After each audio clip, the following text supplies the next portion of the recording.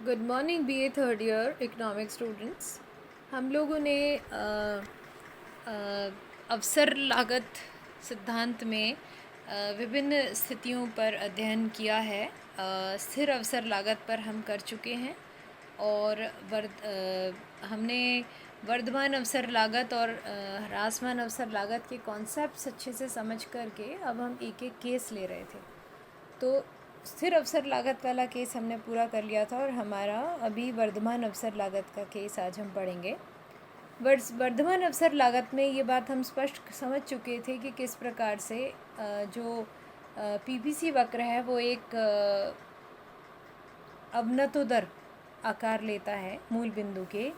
क्योंकि marginal rate of substitution जो होती है वो बढ़ती हुई होती है। तो आप उस चित्र में आप देख पा रहे हैं, देखिए आपके सामने ये 3 चित्र हैं। तीनों में आप देख लीजिए कि ये अवनत उदर, मूल बिंदु के अवनत उदर पीपीसी वक्र बना हुआ है। जो ऊपर वाला वक्र है वो ये केवल ये समझाने के लिए किसी एक कंट्री में अगर उत्पादन संभावना वक्र मार्जिनल रेट ऑफ सब्स्टिट्यूशन की बढ़ती हुई दर के हिसाब से है, यानी कि बढ़ती हुई अवसर लागतों के हिसाब से है, तो वो इस प्रकार से अवनतोदर दर बनेगा। और उसमें जो घरेलू मूल्य अनुपात है, अगर हमने वाई एक्सिस पे कपड़ा लिया है और यानी क्लॉथ एक वस्तु है जो कि वो उत्पादित कर पा रहा है, और हमने बेस पर हमने ले रखा है, एक्स एक्सिस पर ले रखा है गेहूँ, और इन दोनों के बीच का जो मूल्यानुपात है जो कि उसमें अपने इंटरनली डोमेस्टिकली उस कंट्री के भीतर कितने कपड़े के बदले कितना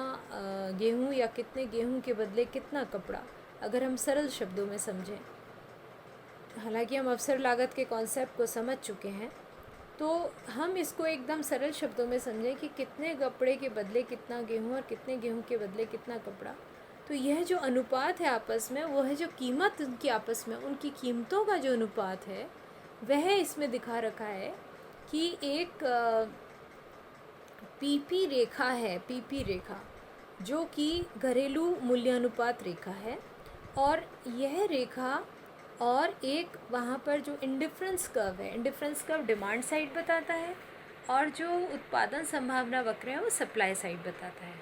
तो उत्पादन संभावना वक्र तो ये बता रहा है कि एक देश इतना उत्पादन कर सकता है, और जो इंडिफरेंस कर्व बता रहा है वो ये बता रहा है कि वहाँ पर दोनों वस्तुओं की मांग इस प्रकार से है, इतनी है। अब ये मांग और पूर्ति वक्र हैं दोनों के दोनों, ये यहाँ पर एक पीपी रेखा है जो कि दोनों के मूल्य अनुपात की रेखा है, वहाँ पर ये एक दूसरे को काटती है। तो ये ई बिंदु एक संतुलन का बिंदु है जो कि घरेलू अनुपात में संतुलन बिंदु है। अब इसके बाद नीचे दो आप देखिए कि दो उत्पादन संभावना वक्र दे रखे हैं, वो यह बताने के लिए कि एक ए देश का उत्पादन संभावना वक्र है और एक बी देश का उत्पादन संभावना वक्र है। ए देश का जो उत्पादन संभावना वक्र है वो यह स्पष्ट बता रहा है कि वह किस अनुपात में कपड़ा और गेहूं का उत्पादन कर सकता है, और बी देश में जो बता रहा है वह भी ये बता रहा है कि कितना कपड़ा और कितना गेहूं बना सकते हैं।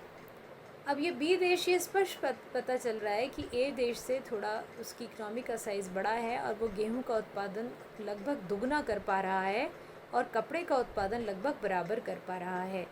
लेकिन फिर भी अगर कहें तो ये कह सकते हैं कि बी देश को गेहूं के उत्पादन में थोड़ा फ़ायदा है, वो सस्ता उत्पादित कर लेता है, गेहूं की मात्रा ज़्यादा उत्पादित कर लेता है, और इस आधार पर वो गेहूं का एक्सपोर्ट कर सकता है। इसी प्रकार ये जो ए देश है वो गेहूं का इंपोर्ट कर सकता है और वह कपड़े का एक्सपोर्ट कर सकता है, क्योंकि अपेक्षाकृत उसके पास में कपड़ा उसके पास में थोड़ा सा सस्ता बनता है। अब आप देखिए कि दोनों ही देश में के बीच में किस प्रकार किस प्रकार टर्म्स ऑफ ट्रेड तय होगी और किस प्रकार अंतर्राष्ट्रीय व्यापार होगा। तो जो पहले वाला वक्र है वह तो व्यापार पूर्व की स्थिति है कि वह अपने घरेलू मूल्यानुपात में किस प्रकार से एक देश रहता है, लेकिन बाद की स्थिति, बाद में दोनों में किस प्रकार इंटरनेशनल ट्रेड होगा वह हम देख पाते हैं दूसरे वाले केस में। तो दो वक्र बने हुए हैं उसमें भी इसी प्रकार से एक संतुलन का बिंदु दे रखा है जो कि घरेलू संतुलन बिंदु है, जिसमें कि मूल्यानुपात है, घरेलू मूल्यानुपात है। इसी प्रकार जो बी देश है उसमें संतुलन बिंदु आर पर है। ई और आर दोनों घरेलू मूल्यानुपात के संतुलन बिंदु हैं, लेकिन जो आप देख सकते हैं कि इसमें जो एक रेखा खींची हुई है टी और T1 ये TT और T1 दो रेखाएं हैं जो कि अंतर्राष्ट्रीय व्यापार के लिए का बताती हैं, दृश्य बताती हैं, और यह टर्म्स ऑफ ट्रेड रेखाएं हैं, दोनों एक दूसरे के पैरेलल हैं। तो TT रेखा ए देश के PPC वक्र को जहाँ पर स्पर्श कर रही है वो L बिंदु है, और जो T1 रेखा है वो बी देश के PPC वक्र को जहाँ टच कर रहा है वह L1 बिंदु है। आप इन दोनों इनसे ये अंदाज़ा लगता है कि ये कितनी मात्रा में एक्सपोर्ट करेंगे, बी देश कितनी मात्रा में एक्सपोर्ट करेगा कपड़ा और गेहूँ उसके पास ज़्यादा है, गेहूँ कितनी मात्रा में एक्सपोर्ट करेगा और ए देश कितनी मात्रा में गेहूँ को लेगा। तो इसमें यह चीज़ स्पष्ट हो रखी है कि जो T1 रेखा है बी देश में, उसमें एक हायर इंडिफरेंस कर्व पर आप देखिए, जो आर बिंदु है वो तो घरेलू अनुपात का है, और जो हायर इंडिफरेंस कर्व है जो कि C1 C2 है, उस पर आप देखिए कि वहाँ पर जो स्पर्श है वो S बिंदु पर है, तो वह इसका संतुलन बिंदु होगा। और ये इतनी मात्रा में वहाँ से कपड़ा इंपोर्ट करेगा बी देश, और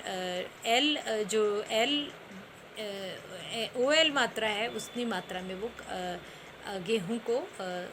एक्सपोर्ट करेगा। इसी प्रकार जो ए देश है उसका भी इसी प्रकार TT रेखा जो है वो है एक हायर इंडिफरेंस कर्व पे, आप देखिए जो वहाँ पर जो संतुलन बिंदु आ रहा है ई से ऊपर वाला जो पॉइंट है वो वहाँ पर उस बिंदु पर होगा, और यह बिंदु है आप देख सकते हैं E2। तो ये E से E2 और ये R से S पे, और इस प्रकार से ये आपस में टर्म्स ऑफ ट्रेड तय होती है। ये काल्पनिक स्थितियां हैं, लेकिन ये कुछ हद तक बता देती हैं कि सॉरी स्टूडेंट्स, ये कुछ हद तक बता देती हैं कि किस प्रकार से दोनों के बीच में अंतर्राष्ट्रीय ट्रेड होगा। हम कल आगे डिस्कस करते हैं, और हम ये देखेंगे कि किस प्रकार से अंतर्राष्ट्रीय व्यापार दोनों में फाइनली किस प्रकार से तय हुआ है, और फिर हम ह्रासमान अवसर लागतों के बारे में अध्ययन करेंगे। आज इतना ही। Thank you so much students. आपको अगर कोई भी क्वेश्चन हो तो आपने, इसके अलावा मैंने असाइनमेंट भी दिए हैं, उन असाइनमेंट्स को आप जल्दी पूरा कर लीजिए। Thank you students.